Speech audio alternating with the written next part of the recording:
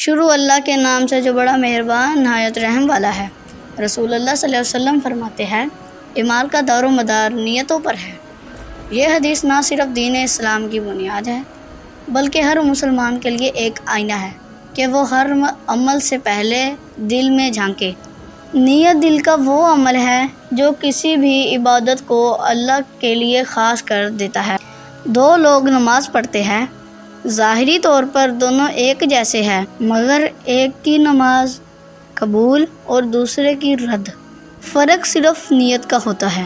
کوئی شخص عمل حاصل کر رہا ہے، اگر نیت یہ ہو کہ لوگوں کو دکھانا ہے تو وہ عمل بوجھ بن جاتا ہے۔ اگر نیت یہ ہو کہ اللہ کی رضا اور امت کی بھلائی ہو تو وہی عمل نجات کا ذریعہ بن جاتا ہے۔ حضرت عمر رضی اللہ عنہ فرماتے ہیں، جس نے نیت درست کر لی اس کے آدھے مسائل خود بخود حل ہو گئے۔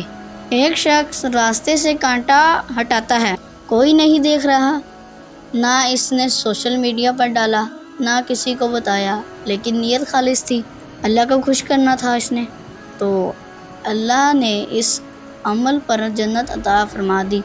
ہمیں ہر عمل سے پہلے نیت درست کرنی چاہیے۔ کیا میری زبان، میری نماز، میرا سوشل میڈیا پوسٹس، حتیٰ کہ میری مسکراہٹ بھی اللہ کے لیے ہے؟